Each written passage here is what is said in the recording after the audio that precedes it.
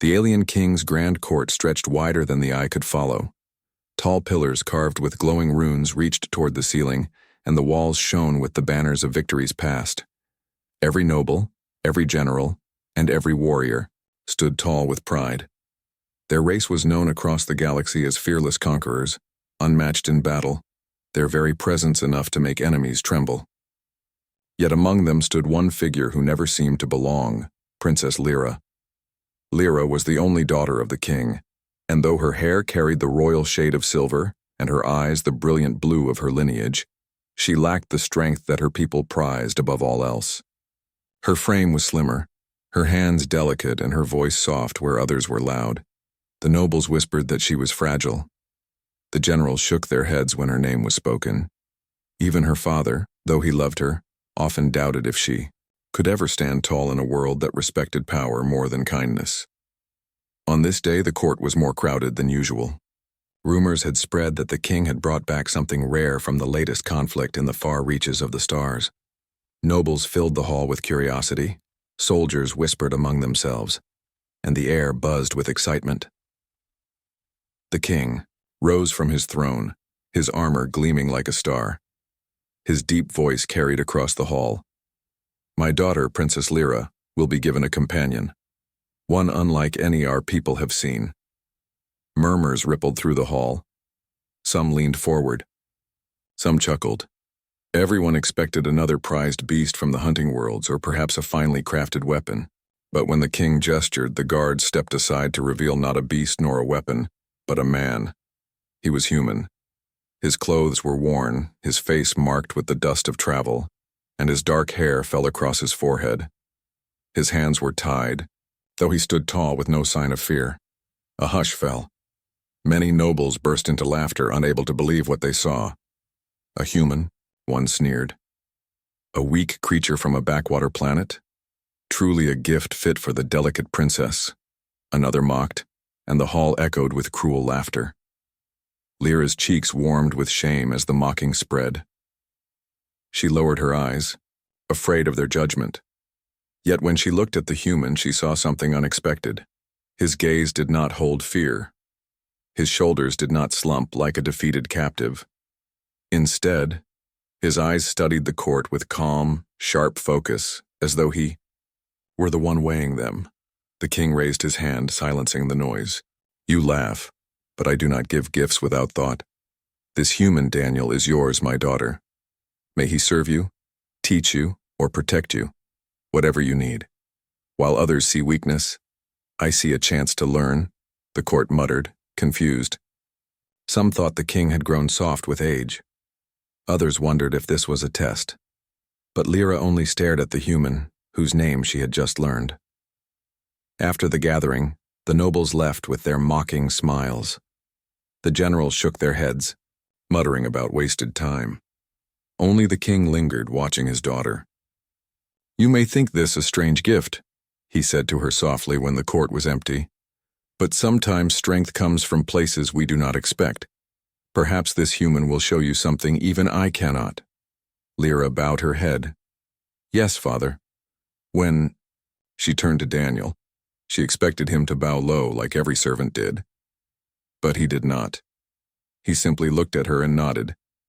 His voice was calm when he spoke, his accent sharp yet clear. "I am Daniel, and you are Lyra." She blinked, surprised that he used her name so easily, without titles or formalities. No alien dared to speak to her in such a way. "You are not afraid?" she asked softly. Daniel shook his head. "Fear changes nothing. I am alive, and that is enough." That answer lingered in her thoughts long after. The days that followed were strange for Lyra. Daniel was given a chamber near hers, though the guards never fully trusted him. The nobles smirked whenever they passed, whispering about the princess with her pet human. But Daniel was no pet. He was quiet, watchful, and always respectful, yet never in the way her people were. He treated her as though she were simply another person, not a fragile ornament or a burden to be pitied. At meals, while others dined loudly, Daniel ate in silence, but his eyes missed nothing. At the gardens, when Lyra walked slowly among the flowers, Daniel walked beside her without a word, never rushing ahead or lagging behind. He was present, steady, and unshaken by her people's disdain. It was in the gardens one evening that she finally asked him, "Do you think I am weak?" Daniel studied her, his dark eyes thoughtful. "I think you have not been shown how to be strong," he said simply. "Strength is not only muscle or power, it is also choice, patience, and courage. You can learn." His words struck her more deeply than the endless lectures of the generals. No one had ever told her she could learn. No one had ever spoken as though she were capable of more than what she was born with. She lowered her gaze. "My people, they laugh at me. They see me as nothing." Daniel's reply was calm. "Then stop living by their eyes. Live by your own. Strength begins there." For the first time she felt something stir within her chest, not anger but a spark of determination. Weeks passed, and the palace continued as always. The generals trained, the nobles schemed, and the king ruled. Yet within her chambers and gardens, Lyra began to spend more time with Daniel. She asked him about his world, and he spoke of Earth, a place of oceans, mountains, and endless skies. He told her of humans who survived despite lacking the natural weapons or strength of alien races. They endured through cleverness, through unity, and through never giving up. "You are small among giants," she said one evening. Daniel gave a faint smile. "Yet we still endure." Lyra found herself wondering if endurance was a kind of strength her people had ignored. She began to ask him questions about training, about how humans learned to defend themselves. He told her of balance, speed, and cleverness. He explained how sometimes the smallest step could outmatch the biggest swing of a sword. The more he spoke, the more she believed. But not everyone was pleased. The nobles whispered louder than before, spreading rumors. Some said the princess had lowered herself by listening to a human. Others mocked the king, saying he had embarrassed the royal family. Yet Lyra no longer lowered her eyes when she heard the whispers. Instead, she began to stand straighter. She walked through the court with Daniel following quietly at her side. She still heard the laughter, but now it no longer pierced her heart. Her father noticed. One evening, the king studied his daughter as she stood in the court, her back straighter than ever before. He looked at Daniel, the calm human who stood like a shadow beside her. Perhaps the king thought his gamble had not been foolish after all, and so the first spark was lit. The delicate daughter who once trembled beneath the laughter of the court now walked with her head high. She had not yet discovered her true strength, but for the first time she believed it might be within her reach. And beside her, the human Daniel watched quietly, knowing that this was only the beginning. The palace was always alive with noise, clashing weapons in the training yards, the booming laughter of generals, and the endless chatter of nobles. Yet inside a quiet corner of the garden, where tall trees hid the world away, Princess Lyra found herself in a different kind of lesson. Daniel stood across from her, his hands behind his back, his expression calm as always. He did not look like a warrior by the standards of her people. His shoulders were not broad, his arms were not covered with thick muscle, and he did not carry a blade as long as her body. Still, when he moved, there was a quiet sharpness in him, as if he always knew where to place his feet and when to breathe. Lyra tried to copy him. She lifted her foot, shifted her balance, and stumbled. Daniel caught her before she fell, steadying her with one hand. "You lean too far forward," he said gently. "Stand like the trees. Root your feet into the ground. Let your body rest on them, not collapse." She bit her lip, embarrassed. "My people measure strength with power, not balance. No one ever taught me this." Daniel nodded. "And yet balance is where strength begins. A giant without balance can be pushed over by a child.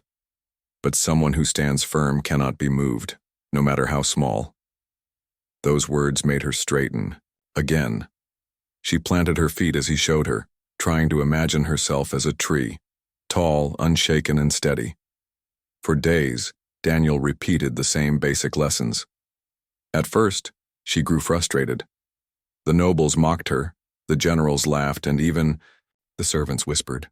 They thought she was playing with her pet human, But Daniel never lost patience. Every wall is built brick by brick, he reminded her. Do not look at the wall. Look at the brick in front of you. Place it well, then another, then another. So she practiced. Steps, breathing, standing still, moving slowly. None of it looked like fighting, but already she began to feel different. She did not trip as easily.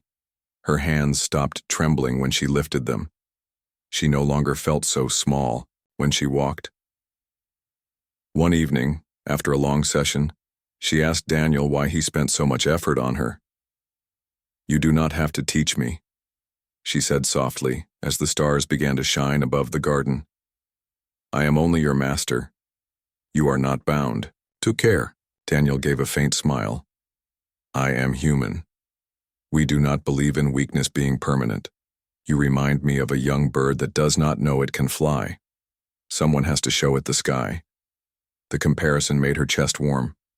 No one in her own people had ever spoken of her like that. They only called her delicate, fragile, or soft. But to Daniel, she was something that could grow wings. The training grew harder.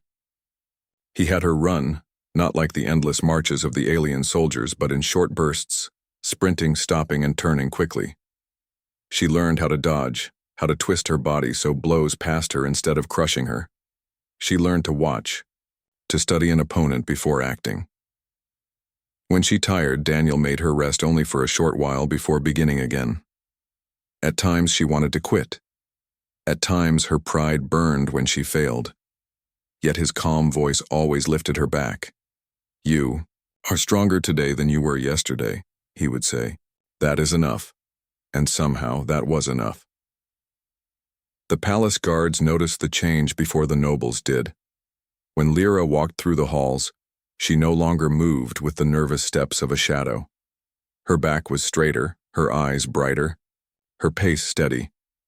Servants whispered that she looked different, though they could not say why. But the nobles were cruel.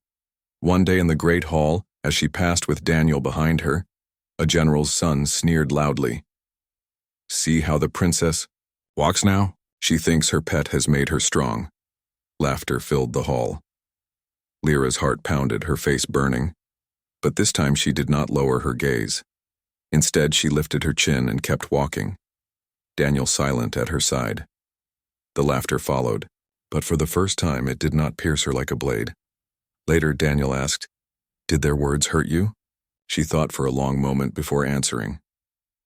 "Yes, but not as much as before. Perhaps I am changing." He nodded once. "That is strength." Weeks turned into months. Training became part of her life. Daniel showed her how to fight with small weapons, not the heavy blades of her people. He crafted wooden sticks and taught her to strike with precision, not power. He showed her how to use speed, how to make an opponent's strength turn against them. At first she failed again and again. He would knock the stick from her hands with ease. But then slowly, she began to land strikes. First one, then two, then more. Each success lit her with a fire she had never felt before. One evening, after a long match where she finally managed to knock Daniel's stick aside, she laughed, really laughed, for the first time in months. Daniel simply smiled and said, "See? The bird is learning to fly." The king, though distant, had been watching. He noticed that his daughter walked with more confidence. He noticed that her voice carried more firmness when she spoke. One evening, as he watched her spar with Daniel in the gardens, he turned to his most trusted guard and whispered, "Perhaps I was not wrong to give her this gift." Still not everyone agreed. In secret, the nobles muttered that the king was wasting his hope. Some even began to fear that if the princess truly grew strong, she might one day stand against their influence. They preferred her delicate, easy to dismiss, easy to ignore. But Lyra no longer cared what they thought. One night, after a particularly long training session, she sat beside Daniel under the stars. Her arms ached, her legs trembled, but her heart felt alive. "Do you think I can truly become strong?" she asked quietly. Daniel looked at her for a long time before answering. "Strength is not a finish line, it is a road. You are already on it. As long as you keep walking, you will be strong." His words stayed with her long into the night. She lay in her chamber, staring at the ceiling, and realized that for the first time in her life she believed she could be more than delicate. She could be something her people never expected. The next morning she rose before the sun. She dressed, quickly, tied her hair back and stepped into the garden where Daniel was already waiting. She did not wait for him to begin. Instead, she lifted her stick and challenged him first. He raised his brow, surprised, then smiled. "So the bird wishes to test her wings?" She nodded, determination blazing in her eyes. And as their sticks clashed in the dawn light, she knew deep inside that this was only the beginning of her journey. The kingdom's borderlands were not quiet for long. Raiders from a rival world had begun to strike at the villages along the frontier. They were quick, brutal and clever, slipping past defenses and leaving ruin behind. The alien king's generals gathered in the war hall, their armor shining under the great torches, their voices loud with strategies and pride. Lyra stood quietly at her father's side, listening. She had spent months training with Daniel, her body stronger, her mind sharper. Yet no one in the hall believed she had any place in these discussions. "We should crush them with force," one general boomed. "Send the war beasts to hunt them down," another declared. "They will run once they taste our power," a third insisted. The king listened with patience, but his eyes often flickered toward his daughter. Finally, he asked, "What say you, Lyra?" The hall grew silent. The generals exchanged mocking glances. Some even smirked. Lyra's voice was soft but steady. "Strength alone will not defeat raiders. They strike fast and vanish. We must use speed, traps, and patience. We must make them believe they are hunting us, only to find themselves the hunted." The silence stretched, then laughter erupted. "The delicate princess speaks of traps," one general mocked. "Does she plan to scare them with her human pet?" Another sneered. The king raised his hand to silence them, but Lyra did not flinch. She held her head high, though her heart pounded. "I will prove my words," she said. "Let me join the defense." The generals gasped, and the court murmured in shock. The king's face darkened, torn between his love for his daughter and the dangers she might face. But before he could answer, Daniel stepped forward from the shadows where he always stood. "She is ready," he said simply. The king studied the human, then looked at his daughter. For the first time, he saw not fragility, but fire in her eyes. After a long pause, he nodded. "Very well. You will ride with the soldiers, but remember your life is precious." The next day, the army marched toward the border. Rows of soldiers moved like waves of steel, their banners flying high. Lyra rode among them, her silver hair glinting under the sun, Daniel walking beside her horse with quiet steps. The soldiers whispered behind their helmets. Some doubted, some pitied, but a few, just a few, watched with curious eyes, waiting to see what would happen. When they reached the village, smoke rose from broken homes, and frightened villagers huddled together. The raiders had struck and fled, leaving destruction.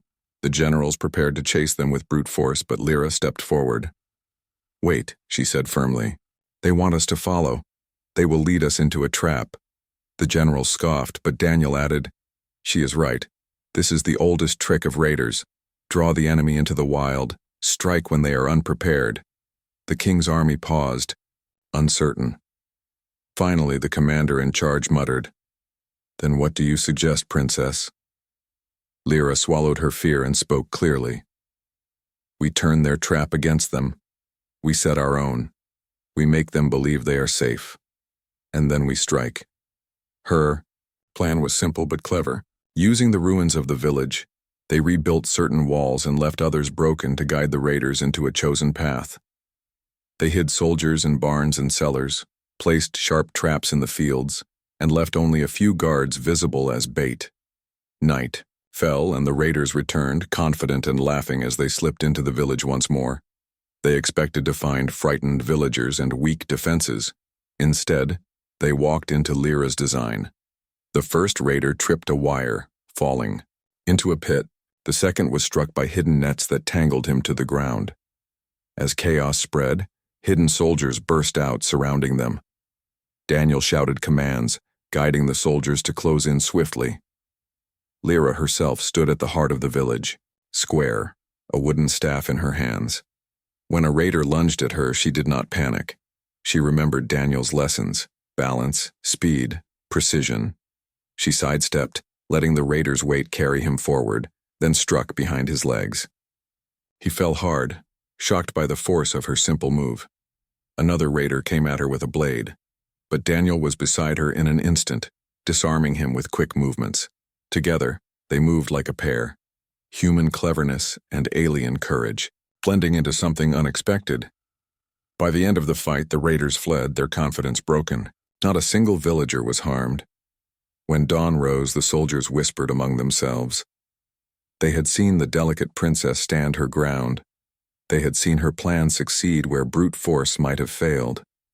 Some still doubted, but others began to look at her with respect they had never shown before. In the great hall later, the generals tried to downplay her role. It was only luck, they said. The raiders were weak. But the soldiers who fought beside her spoke differently. The princess saved us, one said boldly. She fought with her own hands. The king listened, his eyes soft with pride. He did not say it aloud, but in his heart he knew the truth. His daughter was no longer the fragile child they thought she was. That night, Lyra sat in the garden with Daniel. Her staff rested across her lap, and the stars glimmered above them. I was afraid, she admitted softly. When they charged at me, I thought I would fall. Daniel shook his head. Fear is natural. What matters is that you acted anyway. That is courage. She looked at him, her blue eyes bright. Do you think my people will ever believe in me? Daniel gave a faint smile. Some already do, and the rest will learn. They cannot deny what they saw with their own eyes. Lyra let out a slow breath. For the first time, she felt the weight of her people's whispers lifting. She was still delicate in body, but not in spirit. She was learning, growing, and becoming something no one expected. The road ahead would not be easy. The nobles would still mock. The generals would still doubt. But she had tasted the first spark of respect, and it gave her strength. The next day, whispers spread across the kingdom. The story of the raid traveled fast, retold in taverns and training yards in the marketplace. The princess stood against raiders, people said. She tricked them and fought them with her own hands. Some laughed, refusing to believe. Others leaned in, curious, wondering if it was true. In the court, the nobles grew restless. Their laughter turned nervous. If the princess was truly rising, she might one day stand above them. And in the shadows of the palace, some began to plot. For now, though, Lyra stood taller than ever before. She looked at her reflection in the polished glass of her chamber. She no longer saw the trembling girl who hid behind her father's throne. She saw someone different, still learning, still fragile in body, but unshakable in heart. And beside her stood Daniel, the human who had believed in her when no one else did, as she smiled faintly and whispered, "This is only the beginning." The victory at the border had changed everything. Lyra's name, once spoken with mockery, now carried weight. Soldiers whispered that the princess had stood against raiders without flinching. Villagers praised her for protecting their homes. Even some of the younger nobles began to look at her with curiosity rather than scorn. But in the grand court, not everyone was pleased. Behind the polished pillars and golden banners, the older nobles gathered in secret chambers. Their voices were low, their expressions grim. "The king grows foolish," one muttered. "He lifts the girl as if she were a warrior." "She is dangerous now," another said. "The people begin to speak her name with respect." "A delicate child, turned into a leader by a human," a third sneered. "If she rises further, she will undo our power." They all knew the truth. As long as Lyra had been fragile, she was no threat. They could ignore her, laugh at her, and control the court through their own strength. But now, if she gained more victories, she might one day sit on the throne with the people's loyalty. And so they made a plan. The palace remained bright and busy in the days that followed. Musicians played in the gardens, servants bustled through the halls, and guests from other worlds arrived to pay respect to the king. But behind the beauty of the palace, danger moved in silence. Daniel noticed it first. His sharp human eyes caught details others ignored, strange whispers among the guards, too many servants standing too close, and nobles sending secret messages during meals. One evening, as he and Lyra trained in the garden, he finally spoke. "Something is wrong," he said. Lyra paused, wiping sweat from her brow. "What do you mean?" Daniel's gaze was steady. "Your victory made you a target. Not all in the court wish to see you rise. Some would rather see you fall." Her chest tightened, but she did not doubt him. She had learned to trust his instincts. "What should I do?" "Be ready," Daniel replied. "And do not walk alone." The attack came sooner than either expected. It was during a grand gathering in the Hall of Crystal, where light from the sky poured through tall windows and made the floor shine like silver.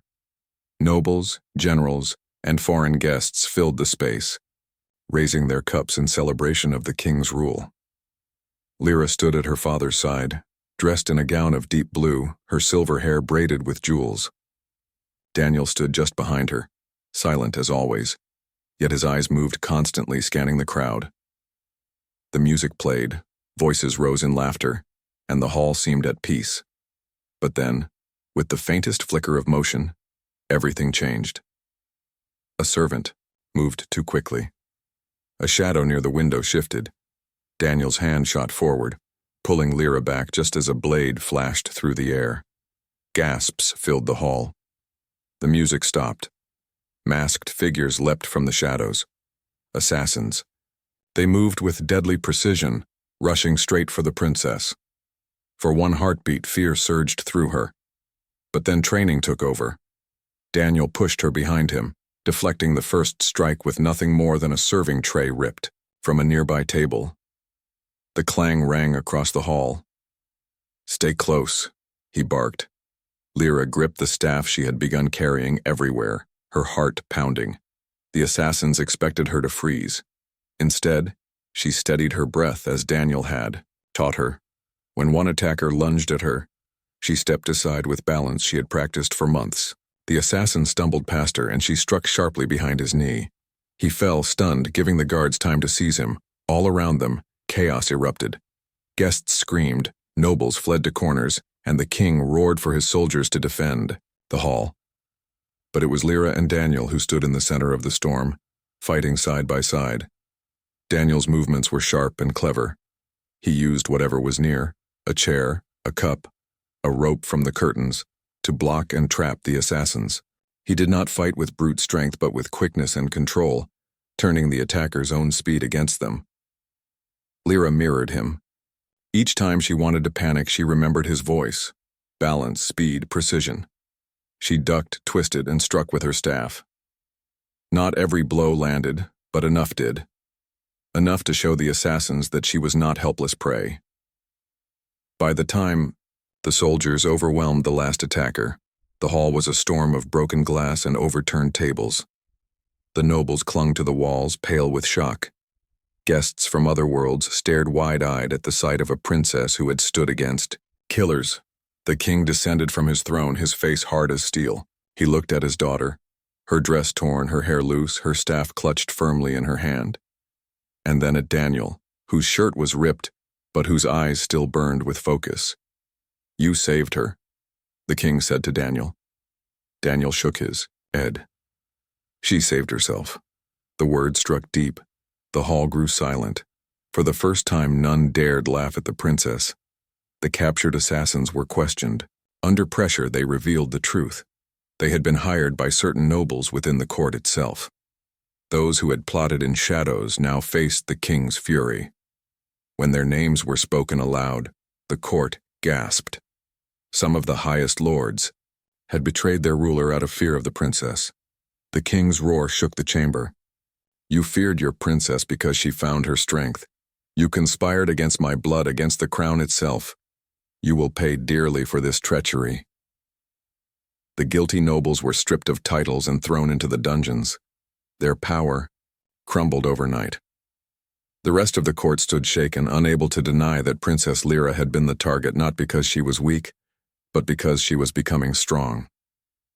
That night, in the quiet of her chamber, Lyra sat by the window, the stars glittering above. Her hands trembled as she held her staff. "I thought I would die," she whispered.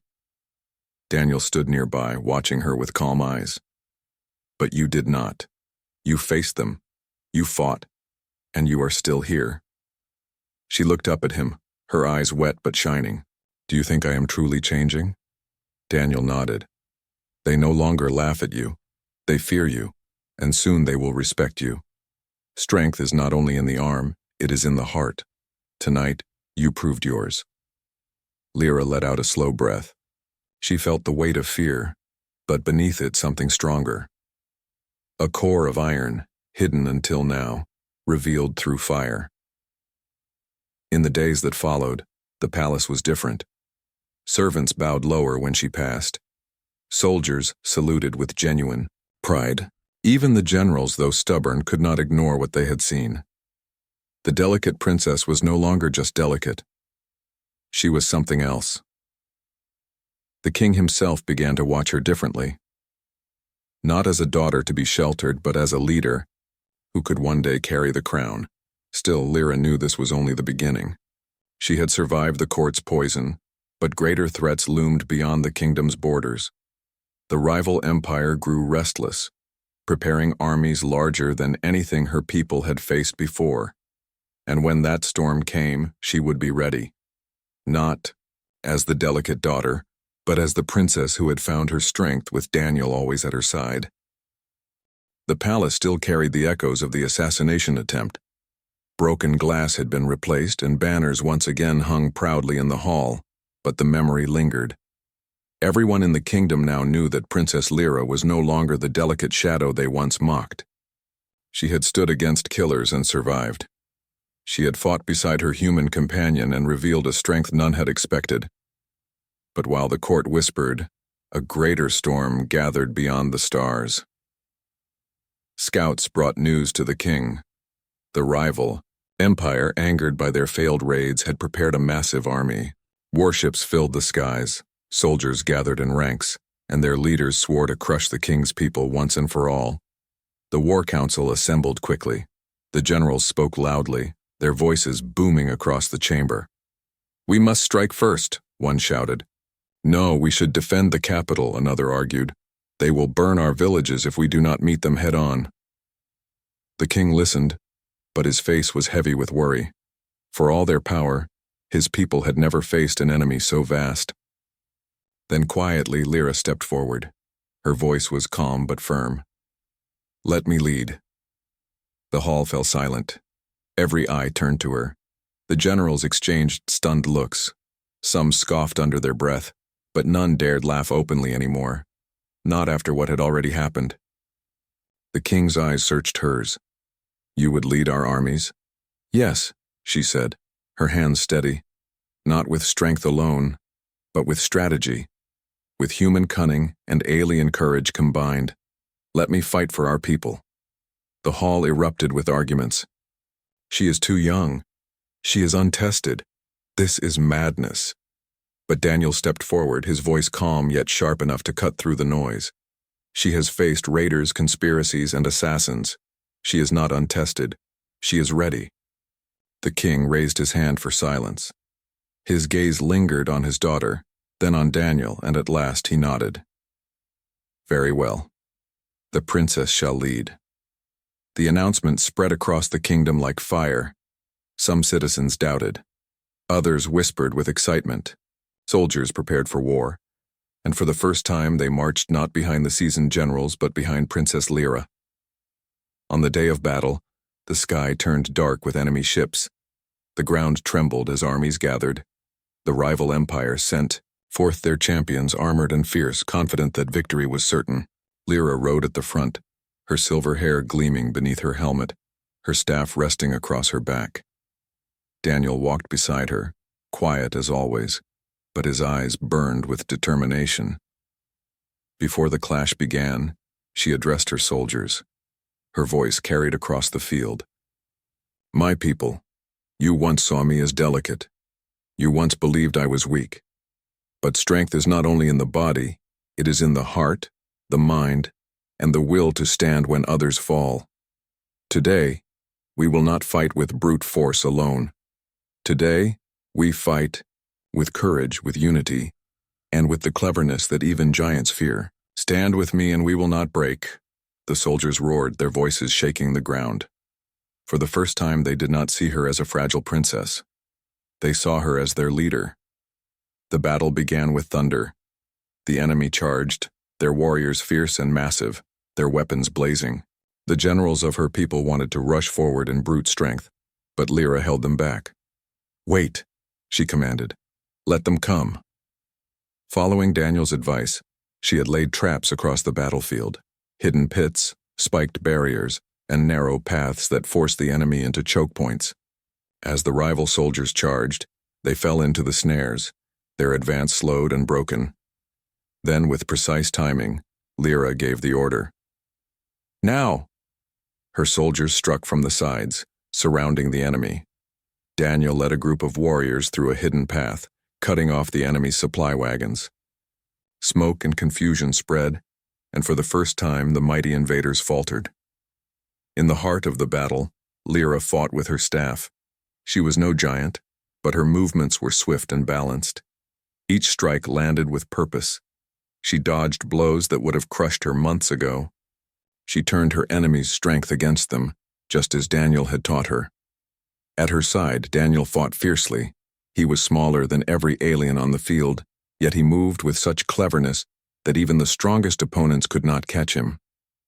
Together they became a pair the enemy could not predict, a princess and her human moving as one.